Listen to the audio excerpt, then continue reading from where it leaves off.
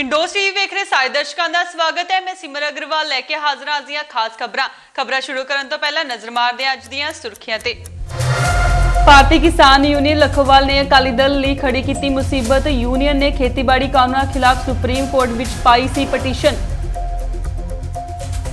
नाभा विखे youth Akali Dal वालों खेती बिलों के खिलाफ जम के किया गया रोस प्रदर्शन। कहा जदों तक यह कानून नहीं होणगे रद्द उदों तक जारी रहेगा संघर्ष। साधु सिंह धर्मसोर नूं क्लीन चिट मिलण ते भड़के भाजपा दे एसी विंग पंजाब प्रधान। आउण वाली 10 तरीक नूं साधु संत समाज वालों किया जाएगा कैबिनेट मंत्री साधु सिंह धर्मसोर का विरोध। हुण खबरां विस्तार नाल। खेतीबाड़ी कानूनों ते श्रोमणी अकाली दल मुड़ कसूता घिर गया। इस बार अकाली दल की हिमायती किसान जथेबंदी भारतीय किसान यूनियन लखोवाल ने मुसीबत खड़ी की है। यूनियन ने खेतीबाड़ी कानूनों खिलाफ सुप्रीम कोर्ट विच पटीशन पा दी सी, जिसका जबरदस्त विरोध होने मगरों वापस लैनी पई। सोशल मीडिया उपर चर्चा है कि यह पटीशन अकाली दल के कहण ते पाई गई है तां जो मामले नूं लटकाया जा सके ते किसानां दे संघर्ष नूं लीहों लाया जा सके। उधर अकाली दल ने दावा किया है कि किसान यूनियन लखोवाल वालों दायर पटीशन नाल कोई लेना देना नहीं है। यह पटीशन पाउण तो पहला कोई चर्चा नहीं की गई। अकाली लीडर प्रेम सिंह चंदूमाजरा ने कहा कि भारतीय किसान यूनियन लखोवाल वालों सुप्रीम कोर्ट विच दायर पटीशन गलत है।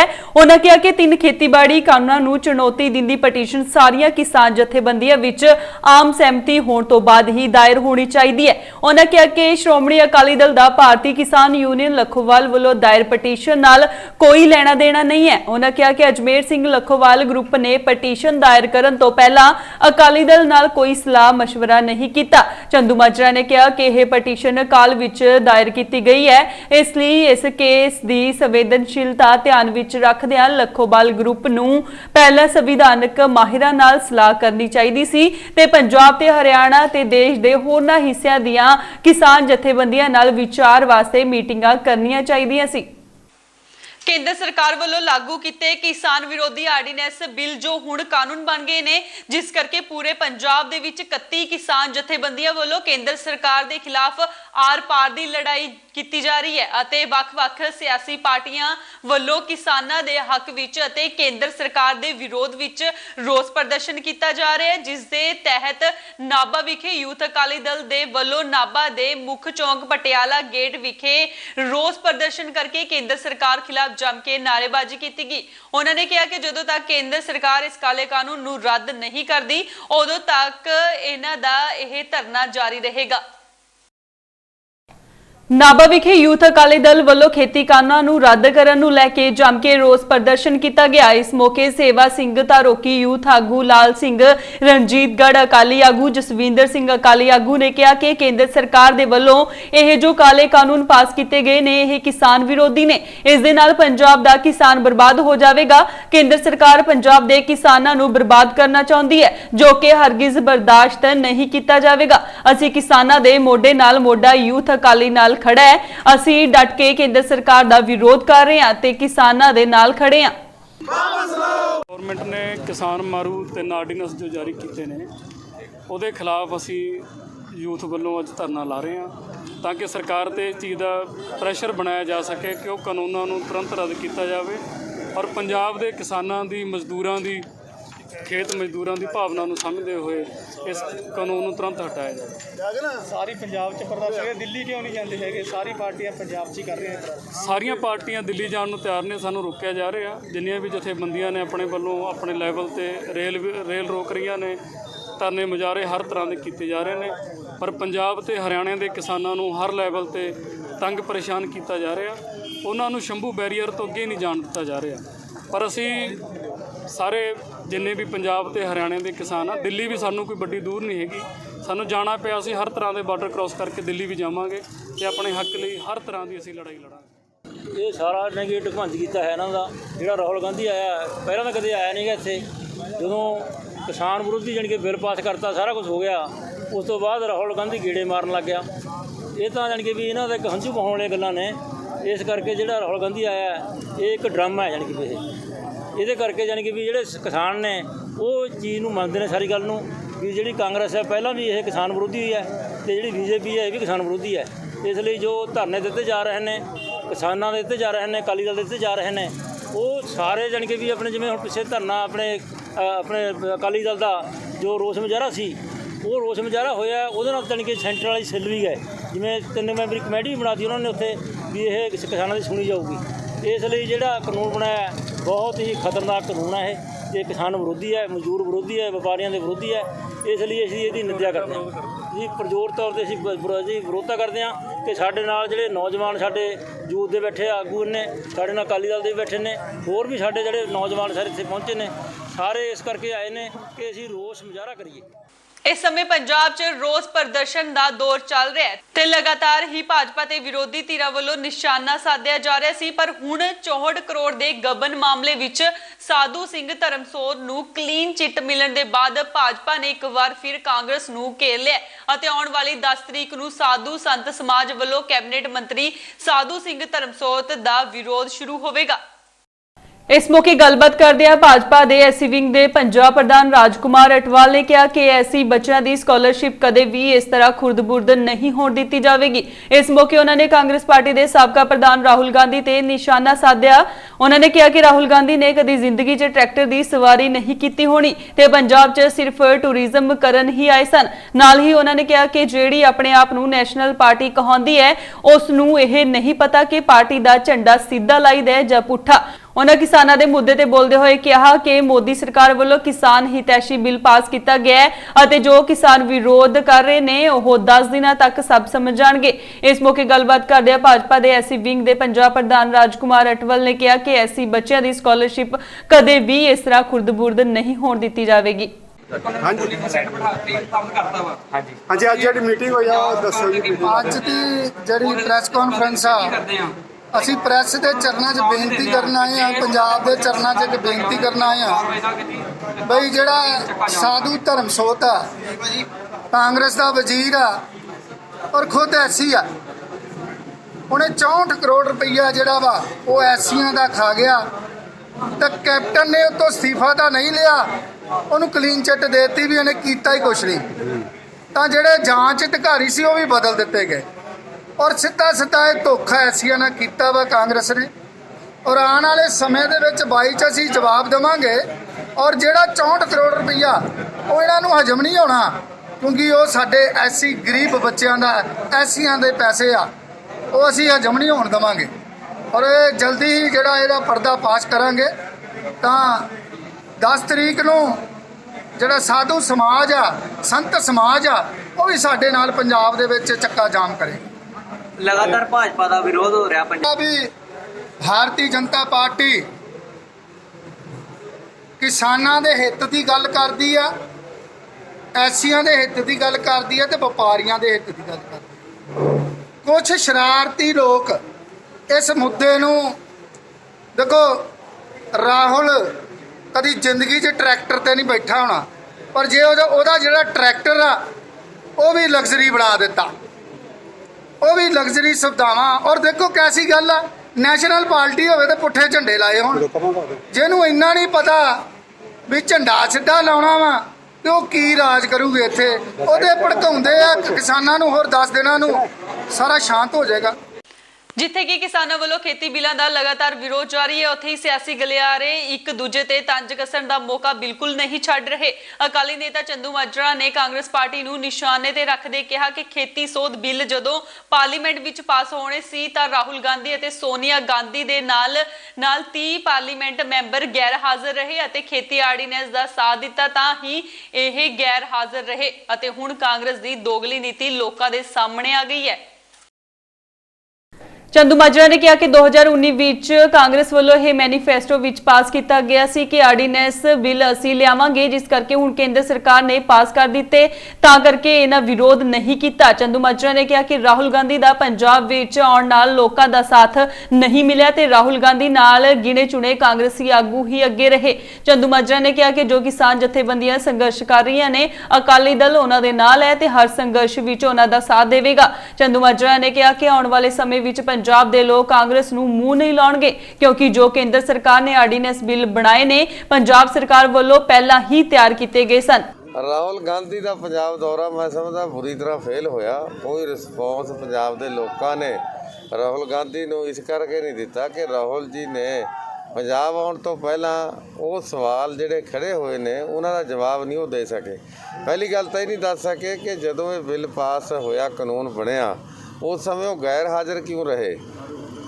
ਜਿੱਥੇ ਹਾਂ ਨਾ ਦੀ ਲੜਾਈ ਸੀ, ਜਿੱਥੇ ਇਹ ਕਾਨੂੰਨ ਬਣਨਾ ਸੀ, ਉਸ ਸਮੇਂ ਉਹ ਗੈਰ ਹਾਜ਼ਰ ਰਹੇ। ਸ਼੍ਰੀਮਤੀ ਸੋਨੀਆ ਗਾਂਧੀ ਜੀ ਗੈਰ ਹਾਜ਼ਰ ਰਹੇ।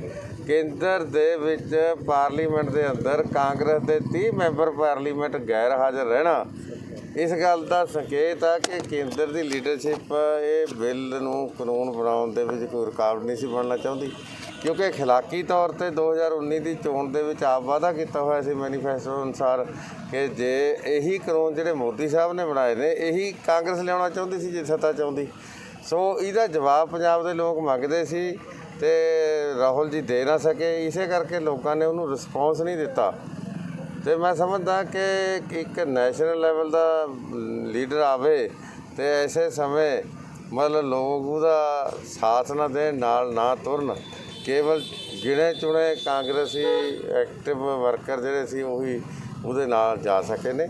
ਸੋ ਇਸ ਗੱਲ ਦਾ ਸੰਕੇਤ ਆ ਕਿ ਕਾਂਗਰਸ ਦੀ ਦੋਗਲੀ ਨੀਤੀ ਜਿਹੜੀ ਆ ਉਹ ਜੇ ਲੋਕਾਂ ਨੂੰ ਹਾਜ਼ਮ ਨਹੀਂ ਹੋ ਰਹੀ ਔਰ ਕਾਂਗਰਸ ਜਿਹੜੀ ਆ ਲੋਕਾਂ ਨੂੰ ਸੈਟੀਸਫਾਈ ਨਹੀਂ ਕਰ ਸਕੀ ਇਸ ਮਸਲੇ ਦੇ ਵਿੱਚ। ਕੈਪਟਨ ਅਮਰਿੰਦਰ ਵੱਲੋਂ 1 ਲੱਖ ਨੌਕਰੀ ਦੇਣ ਤੇ ਚੰਦੂਮਾਜਰਾ ਨੇ ਕੈਪਟਨ ਤੇ ਵਾਰ ਕਰਦਿਆਂ ਕਿਹਾ ਕਿ ਜੋ ਇਹ ਵਾਅਦਾ ਕੀਤਾ ਸੀ ਬਿਲਕੁਲ ਡਰਾਮਾ ਸਾਬਿਤ ਹੋਇਆ ਹੈ, ਕਿਉਂਕਿ ਜੋ ਨੌਜਵਾਨ ਸੀ ਉਹ ਨਿਰਾਸ਼ ਹੋ ਕੇ ਮੁੜੇ ਨੇ। ਜਿਵੇਂ ਪਹਿਲਾਂ ਕਿਸਾਨਾਂ ਦੇ ਕਰਜ਼ੇ ਤੇ ਲੀਕ ਮਾਰਨ ਦੀ ਗੱਲ ਕਹੀ ਸੀ, ਉਸੇ ਤਰ੍ਹਾਂ ਹੁਣ ਘਰ ਘਰ ਨੌਕਰੀ ਦੇਣ ਦਾ ਵਾਅਦਾ ਠੁੱਸ ਗਿਆ।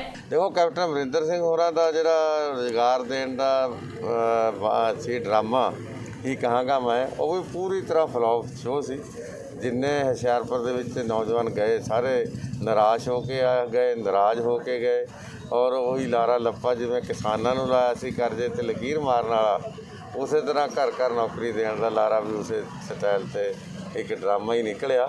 ਸੋ ਇਸ ਕਰਕੇ ਕਾਂਗਰਸ ਦੇ ਜਿਹੜੇ ਮੈਂ ਕਹਿ ਸਕਦਾ ਜਿਹੜੇ ਪੜ੍ਹਦੇ ਨੇ ਉਹ ਨੰਗੇ ਹੋ ਰਹੇ ਨੇ। ਕੇਂਦਰ ਵੱਲੋਂ ਕਿਸਾਨਾਂ ਨੂੰ ਦਿੱਲੀ ਵਿਖੇ ਮੀਟਿੰਗ ਕਰਨ ਲਈ ਬੁਲਾਉਣ ਤੇ ਚੰਦੂਮਾਜਰਾ ਨੇ ਕਿਹਾ ਕਿ ਜੇਕਰ ਕਿਸਾਨ ਜਥੇਬੰਦੀਆਂ ਜਾ ਰਹੇ ਨੇ ਤਾਂ ਸ਼੍ਰੋਮਣੀ ਅਕਾਲੀ ਦਲ ਉਹਨਾਂ ਦੇ ਨਾਲ ਹੈ, ਜੇਕਰ ਕੋਈ ਹੱਲ ਨਿਕਲਦਾ ਹੈ ਤਾਂ ਵਧੀਆ ਗੱਲ ਹੈ। ਕੇਂਦਰੀ ਮੰਤਰੀ ਪੁਰੀ ਵੱਲੋਂ ਚੰਡੀਗੜ੍ਹ ਵਿਖੇ ਬੀਤੇ ਦਿਨੀ ਕਾਨਫਰੰਸ ਰਾਹੀਂ ਕਿਹਾ ਗਿਆ ਸੀ ਕਿ ਬੀਜੇਪੀ ਪਾਰਟੀ ਪੰਜਾਬ ਵਿੱਚ 117 ਸੀਟਾਂ ਤੇ ਚੋਣਾਂ ਲੜੇਗੀ, ਤਾਂ ਚੰਦੂਮਾਜਰਾ ਨੇ ਜਵਾਬ ਦਿੰਦੇ ਹੋਏ ਕਿਹਾ ਕਿ ਹਰਦੀਪ ਪੁਰੀ ਭਾਵੇਂ 130 ਸੀਟਾਂ ਤੇ ਚੋਣ ਲੜਨ, ਜਦੋਂ ਸਾਡੀ ਭਾਈਵਾਲ ਪਾਰਟੀ ਹੀ ਨਾਲ ਨਹੀਂ ਰਹੀ। ਉਹਨਾਂ ਨੇ ਪੁਰੀ ਤੇ ਹਮਲਾ ਕਰਦੇ ਹੋਏ ਜੋ ਬੀਤੇ ਦਿਨ ਉਹਨਾਂ ਨੇ ਕਿਸਾਨਾਂ ਨੂੰ ਗੁੰਡੇ ਕਿਹਾ ਸੀ, ਬਹੁਤ ਹੀ ਨਿੰਦਣਯੋਗ ਹੈ, ਕਿਉਂਕਿ ਉਹ ਆਪਣਾ ਘਰ-ਬਾਰ ਛੱਡ ਕੇ ਸੜਕਾਂ ਤੇ ਆਪਣੇ ਹੱਕ ਲਈ ਲੜ ਰਹੇ ਨੇ। ਜਦੋਂ ਚੰਦੂਮਾਜਰਾ ਨੂੰ ਅਕਾਲੀ ਦਲ ਬੀਜੇਪੀ ਗੱਠਜੋੜ ਟੁੱਟਣ ਬਾਰੇ ਪੁੱਛਿਆ ਕਿ ਅਕਾਲੀ ਦਲ ਨੂੰ ਵੀ ਇਸ ਦਾ ਨੁਕਸਾਨ ਹੋਵੇਗਾ, ਤਾਂ ਉਹਨਾਂ ਨੇ ਕਿਹਾ ਕਿ ਨਫੇ ਨੁਕਸਾਨ ਤਾਂ ਰਾਜਨੀਤੀ ਵਿੱਚ ਹੁੰਦੇ ਹੀ ਰਹਿੰਦੇ ਨੇ। ਜਦੋਂ ਉਹਨਾਂ ਨੇ ਪੁੱਛਿਆ ਕਿ ਕਿਸੇ ਨਾ ਕਿਸੇ ਮੋੜ ਤੇ ਤੁਹਾਡਾ ਦੁਬਾਰਾ ਗੱਠਜੋੜ ਬੀਜੇਪੀ ਨਾਲ ਹੋ ਸਕਦਾ ਹੈ, ਉਹਨਾਂ ਨੇ ਕਿਹਾ ਕਿ 2022 ਦੀਆਂ ਚੋਣਾਂ ਅਤੇ ਦਿੱਲੀ ਬਹੁਤ ਦੂਰ ਹੈ, ਅੱਜ ਤਾਂ ਅਸੀਂ ਕਿਸਾਨਾਂ ਦੇ ਨਾਲ ਰਲ ਕੇ ਲੜਾਈ ਲੜ ਰਹੇ ਹਾਂ। ਕਿਸਾਨ ਜਥੇਬੰਦੀਆਂ ਨੇ ਅੱਜ ਮੀਟਿੰਗ ਰੱਖੀ ਹੋਈ ਆ ਤੇ ਜੇ ਉਹ ਉੱਥੇ ਜਾਣ ਤਾਂ ਚੰਗੀ ਗੱਲ ਆ, ਤੇ ਬਾਕੀ ਉਹਨਾਂ ਨੇ ਆਪਣੀ ਰਾਏ ਜੋ ਫੈਸਲਾ ਕਿਸਾਨ ਜਥੇਬੰਦੀਆਂ ਕਰਨਗੀਆਂ, ਸ਼੍ਰੋਮਣੀ ਅਕਾਲੀ ਦਲ ਨੇ ਫੈਸਲਾ ਕੀਤਾ ਕਿ ਜੋ ਫੈਸਲਾ ਉਹ ਕਰਨ ਅਸੀਂ ਤਾਂ ਉਹਨਾਂ ਦਾ ਸਾਥ ਦੇਣਾ, ਸਹਿਯੋਗ ਦੇਣਾ। ਜੇ ਗੱਲਬਾਤ ਰਾਹੀਂ ਕੋਈ ਹੱਲ ਨਿਕਲਦਾ ਹੋਵੇ, ਗੱਲਬਾਤ ਰਾਹੀਂ ਜਿਹੜੇ ਸਵਾਲ ਖੜੇ ਹੋਏ ਨੇ, ਸ਼ੰਕੇ ਖੜੇ ਹੋਏ ਨੇ, ਵਿਵਾਦ ਖੜੇ ਹੋਏ ਨੇ, ਉਹ ਹੱਲ ਹੁੰਦੇ ਹੋਣ ਤਾਂ ਕੁਦਰਤੀ ਤੌਰ ਤੇ ਉਹ ਹੱਲ ਹੋਣੇ ਚਾਹੀਦੇ ਨੇ।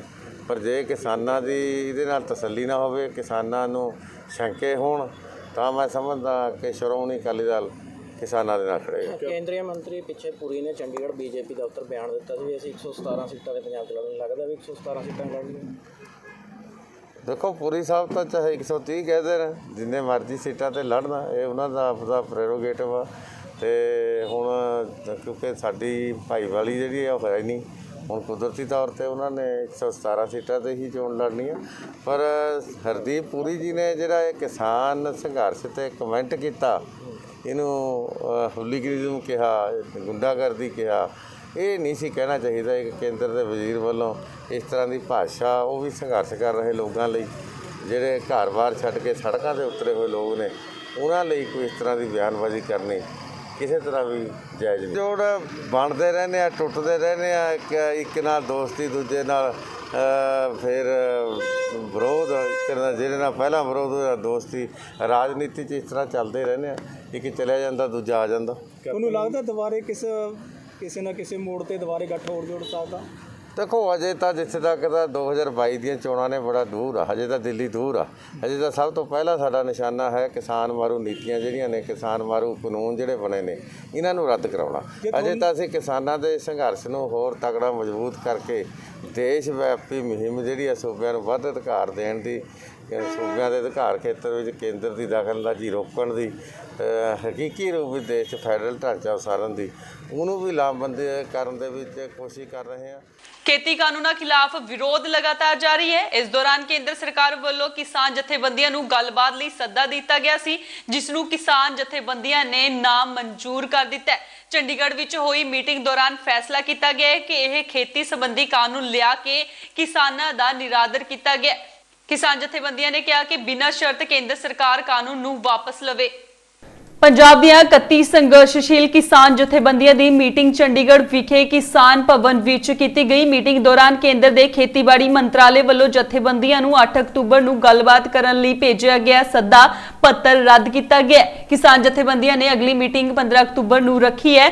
ਕਿਸਾਨ ਜਥੇਬੰਦੀਆਂ ਨੇ ਮੀਟਿੰਗ ਵਿੱਚ ਫੈਸਲਾ ਕੀਤਾ ਕਿ ਸੁਪਰੀਮ ਕੋਰਟ ਗਈ ਲੱਖੋਵਾਲ ਯੂਨੀਅਨ ਨਾਲ ਹੁਣ ਤੱਕ ਕੋਈ ਨਾਤਾ ਨਹੀਂ ਰੱਖਿਆ ਜਾਵੇਗਾ। ਉਧਰ ਪੰਜਾਬ ਵਿੱਚ ਹੋ ਰਹੇ ਅੰਦੋਲਨਾਂ ਨੂੰ ਕਿਸਾਨਾਂ ਨੇ ਅਣਮਿੱਥੇ ਸਮੇਂ ਲਈ ਵਧਾ ਦਿੱਤਾ ਹੈ।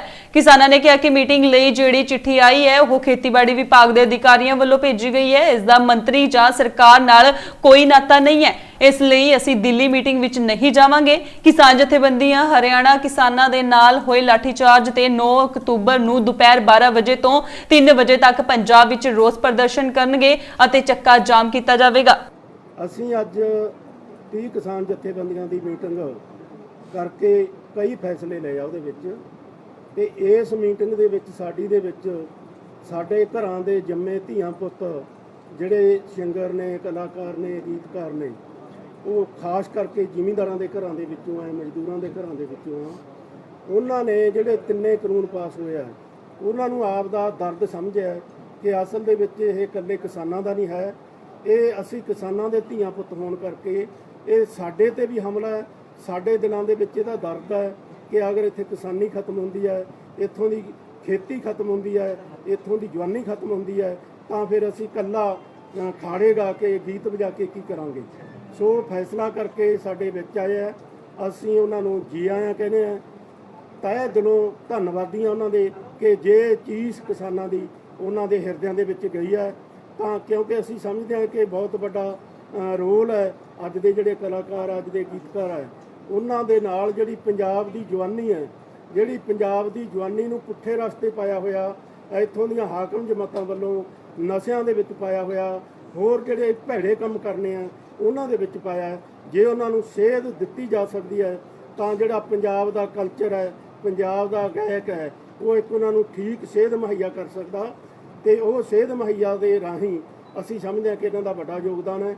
ਪਹਿਲਾਂ ਅਸੀਂ ਧਰਨਿਆਂ ਦੇ ਵਿੱਚ ਇਕੱਲੇ ਬਜ਼ੁਰਗ ਸ਼ਾਮਲ ਹੁੰਦੇ ਸੀ, ਜੇ ਅੱਜ ਸਾਡੇ ਧਰਨਿਆਂ ਦੇ ਵਿੱਚ ਵੱਡਾ ਹਿੱਸਾ ਨੌਜਵਾਨਾਂ ਦਾ ਸ਼ਮੂਲੀਅਤ ਕੀਤੀ ਹੈ, ਤਾਂ ਅਸੀਂ ਸਮਝਦੇ ਹਾਂ ਕਿ ਉਹ ਇਹਨਾਂ ਦੇ ਸਾਡੇ ਬੇਟਿਆਂ ਦੀ, ਸਾਡੇ ਭਾਈਆਂ ਦੀ, ਇਹਨਾਂ ਦੀ ਉਹ ਦੇਣ ਹੈ ਕਿ ਅਸੀਂ ਇਹਨਾਂ ਨੂੰ ਅੱਜ ਵਿੱਚ ਸ਼ਾਮਲ ਕੀਤਾ।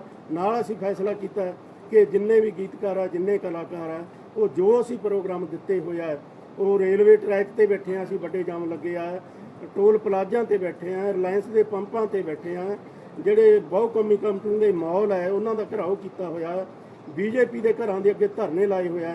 ਉਹਦੇ ਵਿੱਚ ਅਸੀਂ ਉਮੀਦ ਕਰਾਂਗੇ ਕਿ ਸਾਡੇ ਸਪੋਰਟਰ ਬਣ ਕੇ, ਸਾਡੇ ਮੋਢੇ ਨਾਲ ਮੋਢਾ ਜੋੜ ਕੇ ਸਾਡੀ ਉਹ ਸਪੋਰਟ ਕਰਨਗੇ, ਤੇ ਇਹਨੂੰ ਅਗਲੀ ਜਿਹੜੀ ਸਾਡੀ ਐਜੀਟੇਸ਼ਨ ਹੈ ਉਹਨੂੰ ਚਰਮ ਸੀਮਾ ਤੱਕ ਲੈ ਕੇ ਜਾਣ ਦੇ ਵਿੱਚ ਯੋਗਦਾਨ ਪਾਉਣ। ਪੰਜਾਬ ਸਰਕਾਰ ਨੂੰ ਚੇਤਾਵਨੀ ਦਿੰਦੇ ਹੋਏ ਜਥੇਬੰਦੀਆਂ ਨੇ ਫੈਸਲਾ ਲਿਆ ਕਿ ਜੇਕਰ 7 ਦਿਨਾਂ ਦੇ ਅੰਦਰ ਖੇਤੀ ਕਾਨੂੰਨ ਖਿਲਾਫ ਮਤਾ ਪਾਸ ਨਹੀਂ ਕੀਤਾ ਤਾਂ ਬੀਜੇਪੀ ਲੀਡਰਾਂ ਵਾਂਗ ਕਿਸਾਨ ਕਾਂਗਰਸ ਦੇ ਲੀਡਰਾਂ ਦਾ ਵੀ ਘਿਰਾਓ ਕਰਨਗੇ ਅਤੇ ਉਹਨਾਂ ਦੇ ਘਰਾਂ ਬਾਹਰ ਪੱਕੇ ਮੋਰਚੇ ਲਗਾਏ ਜਾਣਗੇ। ਕਿਸਾਨਾਂ ਵੱਲੋਂ ਆਪਣੇ ਹੱਕੀ ਮੰਗਾਂ ਲਈ ਲਗਾਤਾਰ 5ਵੇਂ ਦਿਨ ਤੋਂ ਅੰਮ੍ਰਿਤਸਰ ਰਾਜ ਸਭਾ ਮੈਂਬਰ ਸ਼ਵੇਤ ਮਲਿਕ ਦੇ ਘਰ ਦੇ ਬਾਹਰ ਦਿਨ ਰਾਤ ਪ੍ਰਦਰਸ਼ਨ ਕੀਤਾ ਜਾ ਰਿਹਾ ਹੈ ਤੇ ਉਸ ਪ੍ਰਦਰਸ਼ਨ ਦੇ ਵਿੱਚ ਪੰਜਾਬੀ ਗੀਤਕਾਰ ਹਰਫ ਚੀਮਾ ਆਣ ਪਹੁੰਚੇ ਨੇ। ਉੱਥੇ ਹੀ ਪੱਤਰਕਾਰਾਂ ਦੇ ਨਾਲ ਗੱਲਬਾਤ ਕਰਦਿਆਂ ਹਰਫ ਚੀਮਾ ਨੇ ਕਿਹਾ ਕਿ ਲਗਭਗ 31 ਕਿਸਾਨ ਜਥੇਬੰਦੀਆਂ ਵੱਲੋਂ ਇੱਕ ਪਲੇਟਫਾਰਮ ਤੇ ਆ ਕੇ ਪੰਜਾਬ ਵਿੱਚ ਅਲੱਗ-ਅਲੱਗ ਜਗ੍ਹਾ ਤੇ ਉੱਤੇ ਪ੍ਰਦਰਸ਼ਨ ਕੀਤੇ ਜਾ ਰਹੇ ਨੇ ਅਤੇ ਸਮੇਂ ਦੇ ਮੁਤਾਬਿਕ ਪ੍ਰਦਰਸ਼ਨਾਂ ਨੂੰ ਹੋਰ ਵੀ ਤਿੱਖੇ ਲੈਵਲ ਤੇ ਕੀਤਾ ਜਾਵੇਗਾ। किसान ਦੇ ਧਰਨੇ 'ਚ ਸ਼ਾਮਿਲ ਹੋਏ ਹਰਫ ਚੀਮਾ ਨੇ ਕਿਹਾ ਕਿ ਜੋ ਕਾਂਗਰਸ ਕਮੇਟੀ ਤੋਂ ਰਾਹੁਲ ਗਾਂਧੀ ਪੰਜਾਬ ਵਿੱਚ ਆਏ ਸਨ ਉਹ ਸਿਰਫ ਆਪਣੀ ਰਾਜਨੀਤੀ ਚਮਕਾਉਣ ਆਏ ਸੀ। ਉਹਨਾਂ ਨੂੰ ਕਿਸਾਨਾਂ ਨਾਲ ਕੋਈ ਦਰਦ ਨਹੀਂ ਅਤੇ ਦੀਪ ਸਿੱਧੂ ਅਤੇ ਲੱਖਾ ਸਿਧਾਣਾ ਦਾ ਸੋਸ਼ਲ ਮੀਡੀਆ ਤੇ ਹੋ ਰਹੇ ਬਾਈਕਾਟ ਤੇ ਬੋਲਦੇ ਹੋਏ ਉਹਨਾਂ ਨੇ ਕਿਹਾ ਕਿ ਲੱਖਾ ਸਿਧਾਣਾ ਵੀ ਪਿਛਲੇ ਕਾਫੀ ਲੰਬੇ ਸਮੇਂ ਤੋਂ ਕਿਸਾਨਾਂ ਦੀ ਆਵਾਜ਼ ਚੁੱਕਦੇ ਆ ਰਹੇ ਨੇ ਅਤੇ ਰਹੀ ਗੱਲ ਦੀਪ ਸਿੱਧੂ ਦੀ ਤਾਂ ਉਹ ਇੱਕ ਨੌਜਵਾਨ ਹੈ ਤੇ ਹੋਰ ਨੌਜਵਾਨਾਂ ਦਾ ਖੂਨ ਗਰਮ ਹੁੰਦਾ ਹੈ ਜਿਸ ਕਰਕੇ ਉਹ ਥੋੜਾ ਰੋਸ ਵਿੱਚ ਬੋਲਦੇ ਨੇ। ਬਾਕੀ ਦੀਪ ਸਿੱਧੂ ਵੀ ਕਿਸਾਨਾਂ ਦੇ ਨਾਲ ਹੀ ਨੇ ਅਤੇ ਆਉਣ ਵਾਲੀ 25-26 ਨਵੰਬਰ ਨੂੰ ਸਾਰੀਆਂ ਜਥੇਬੰਦੀਆਂ ਰਲ ਕੇ ਦਿੱਲੀ ਕੂਚ ਕਰਨਗੀਆਂ। ਹਾਂਜੀ ਸੰਘਰਸ਼ ਜਾਰੀ ਆ ਜੀ। ਪਿਛਲੇ 2-3 ਹਫ਼ਤਿਆਂ ਤੋਂ ਅਸੀਂ ਇਸ ਸੰਘਰਸ਼ ਦੇ ਵਿੱਚ ਸ਼ਮੂਲੀਅਤ ਕਰ ਰਹੇ ਹਾਂ। ਜਿਹੜਾ ਲੜਿਆ ਜਾ ਰਿਹਾ ਕਿਸਾਨ ਯੂਨੀਅਨ ਦੇ ਝੰਡੇ ਹੇਠ ਇਹ ਸੰਘਰਸ਼ ਲੜਿਆ ਜਾ ਰਿਹਾ। 31 ਜਥੇਬੰਦੀਆਂ ਲਾਮਬੰਦ ਹੋ ਕੇ ਸੋ ਇੱਕ ਝੰਡੇ ਥੱਲੇ ਅਸੀਂ ਇਹ ਜਿਹੜਾ ਸੰਘਰਸ਼ ਆ ਕਲਾਕਾਰ ਸਮਾਜ ਸੇਵੀ ਮਜ਼ਦੂਰ ਦੁਕਾਨਦਾਰ ਸਾਰੇ ਕਿਸਾਨਾਂ ਦੇ ਨਾਲ ਰਲ ਕੇ ਸੰਘਰਸ਼ ਆ ਜਿਹੜਾ ਲੜ ਰਹੇ ਨੇ। ਸਰ ਅਕਾਲੀ ਦਲ ਤੇ ਕਾਂਗਰਸ ਜਿਹੜੀ ਹੈਗੀ ਹੈ ਜਿਵੇਂ ਕਿਸਾਨਾਂ ਦੇ ਸੰਘਰਸ਼ ਨੂੰ ਹਾਈਜੈਕ ਕਰ ਰਹੀ ਹੈ। ਬਿਲਕੁਲ ਪਤਾ ਕੀ ਹੁੰਦਾ ਜੇ ਸਾਡੇ ਅੰਦਰ ਕੋਈ ਦੁੱਖ ਦਰਦ ਆ ਮੈਂ ਕਹਿੰਦਾ ਇਹ ਜਿਹੜੀ ਲੜਾਈ ਆ ਕਿਸਾਨਾਂ ਦੀ ਲੜਾਈ ਕਿਸਾਨਾਂ ਦੇ ਝੰਡੇ ਹੇਠਾਂ ਲੜੀ ਜਾਵੇ।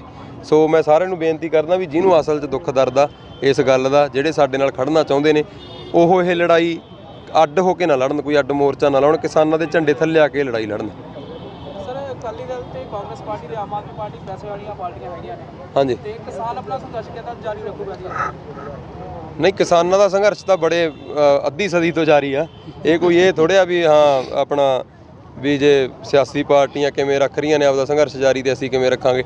ਸੋ ਪਤਾ ਕੀ ਆ ਪਹਿਲਾਂ ਅਸੀਂ ਵੀ ਕਿਤੇ ਨਾ ਕਿਤੇ ਉਨੇ ਸੁਚੇਤ ਹੈ ਨਹੀਂ ਸੀ ਜਿਹੜੀ ਨੌਜਵਾਨੀ ਸੀਗੀ ਇਸ ਚੀਜ਼ ਨੂੰ ਲੈ ਕੇ ਪਰ ਜਦੋਂ ਅਸੀਂ ਤਹਿ ਤੱਕ ਗਏ ਹੁਣ ਸਾਨੂੰ ਪਤਾ ਲੱਗਿਆ ਸਾਡੇ ਬਜ਼ੁਰਗ ਯਾਰ 45-50 ਸਾਲਾਂ ਤੋਂ ਇਹ ਸੰਘਰਸ਼ ਆਲਰੇਡੀ ਲੜ ਰਹੇ ਨੇ।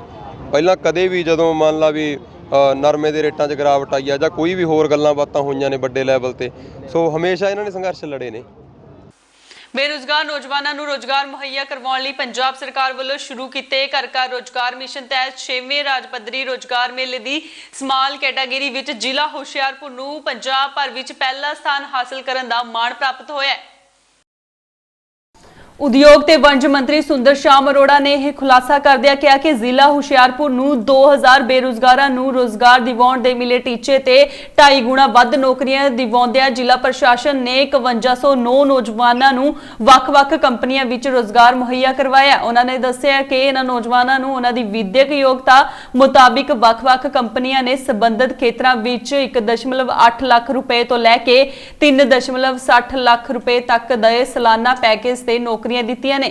ਮੁੱਖ ਮੰਤਰੀ ਕੈਪਟਨ ਅਮਰਿੰਦਰ ਸਿੰਘ ਵੱਲੋਂ ਕਾਂਗਰਸ ਦੇ ਲੋਕ ਸਭਾ ਮੈਂਬਰ ਰਾਹੁਲ ਗਾਂਧੀ ਦੀ ਹਾਜ਼ਰੀ ਵਿੱਚ ਵੀਡੀਓ ਕਾਨਫਰੰਸਿੰਗ ਰਾਹੀਂ 6ਵੇਂ ਰਾਜ ਪੱਧਰੀ ਮੈਗਾ ਰੋਜ਼ਗਾਰ ਮੇਲੇ ਦੀ ਸਮਾਪਤੀ ਮੌਕੇ ਸਥਾਨਕ ਜ਼ਿਲ੍ਹਾ ਪ੍ਰਸ਼ਾਸਕੀ ਕੰਪਲੈਕਸ ਤੋਂ ਸ਼ਿਰਕਤ ਕਰਨ ਉਪਰੰਤ ਉਦਯੋਗ ਤੇ ਵਣਜ ਮੰਤਰੀ ਸੁੰਦਰ ਸ਼ਾਮ ਅਰੋੜਾ ਨੇ ਕਿਹਾ ਕਿ ਪੰਜਾਬ ਸਰਕਾਰ ਦੇ ਇਸ ਲਾਮਿਸਾਲ ਉਪਰਾਲੇ ਨੇ ਬੇਰੁਜ਼ਗਾਰ ਨੌਜਵਾਨਾਂ ਨੂੰ ਨਵੀਂ ਰਾਹ ਦਿਖਾਉਂਦਿਆਂ ਉਹਨਾਂ ਦੇ ਭਵਿੱਖ ਨੂੰ ਮਜ਼ਬੂਤੀ ਪ੍ਰਦਾਨ ਕੀਤੀ ਹੈ। ਉਹਨਾਂ ਦੱਸਿਆ ਕਿ ਜ਼ਿਲ੍ਹੇ ਵਿੱਚ 13 ਰੋਜ਼ਗਾਰ ਮੇਲੇ ਲਗਾਏ ਗਏ ਸੀ ਜਿਨ੍ਹਾਂ ਵਿੱਚ 112 ਕੰਪਨੀਆਂ ਨੇ ਹਿੱਸਾ ਲਿਆ ਅਤੇ 6615 ਅਸਾਮੀਆਂ ਲਈ ਹਾਜ਼ਰ ਹੋਏ 7000 ਦੇ ਕਰੀਬ ਨੌਜਵਾਨਾਂ ਵਿੱਚੋਂ 5109 ਉਮੀਦਵਾਰਾਂ ਨੂੰ ਮੌਕੇ ਤੇ ਹੀ ਨੌਕਰੀ ਲਈ ਚੁਣ ਲਿਆ ਗਿਆ। ਉਹਨਾਂ ਦੱਸਿਆ ਕਿ ਇਹਨਾਂ ਮੇਲਿਆਂ ਵਿੱਚ 4396 ਲੜਕੇ ਅਤੇ 713 ਲੜਕੀਆਂ ਦੀ ਬੈਂਕਿੰਗ ਬੀਮਾ ਹਸਪਤਾਲ ਸਕੂਲ ਅਤੇ college automobile textile security plywood ਆਦਿ ਖੇਤਰਾਂ ਤੋਂ ਇਲਾਵਾ ਲੋਕਲ ਉਦਯੋਗਾਂ ਲਈ ਵੀ ਚੋਣ ਕੀਤੀ ਗਈ ਹੈ। He has been instrumental in promoting industrialization. Our Bhatinda refinery is a live example. It has the HPCL Nickel Group to expand it. He quickly resolved all our issues regarding water, electricity, land, etc. We start around Lewis here. Currently, over 15,000 workers are on job. Sir मैं प्यारा से है total हमने 93,393 बच्चों को job करवाई है। Sir I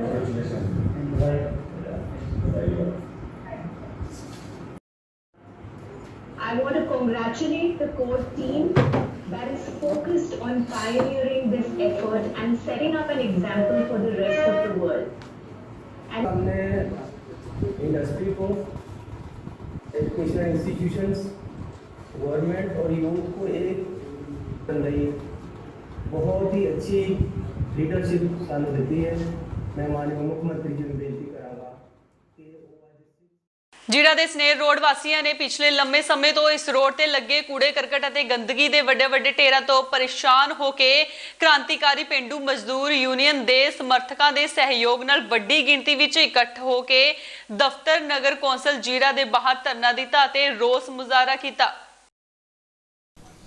इस मौके संबोधन करते यूनियन के सूबा कमेटी मैंबर दिलबाग सिंह ने दस्सिया कि करीब 1 महीने पहला स्नेर रोड के निवासी इकट्ठे होकर उन्होंने पास आए और उन्होंने दस्सिया कि इस रोड के उपर कूड़े करकट और गंदगी के ढेर लगे हुए हैं और रोड के उपर सीवरेज का गंदा पानी खड़ा है जिस विच सारा दिन मच्छर जमा होया रहिंदा है जिस तो भयानक बीमारियां फैलण का डर बनया होया। उन्होंने दस्सिया कि इस संबंधी मुहल्ला निवासियों वालों कई बार नगर कौंसल दफ्तर विखे जाके फरियाद भी की गई पर प्रशासनक अधिकारियों के कंन ते जूं तक नहीं सिरकी और मुहल्ला निवासियों नूं उसे गंदगी विच जिंदगी बसर करनी पै रही है जिससे क्रांतिकारी पेंडू मजदूर यूनियन वालों स्नेर रोड वासियों नूं नाल लैके नगर कौंसल दफ्तर जीरा दे बाहर धरना दिता गया। उन्होंने कहा कि जेकर जल्द इस मसले का हल ना किया गया तो यूनियन वालों प्रशासन के खिलाफ संघर्ष विढ़िया जाएगा जिसकी जिम्मेवारी प्रशासन की होगी।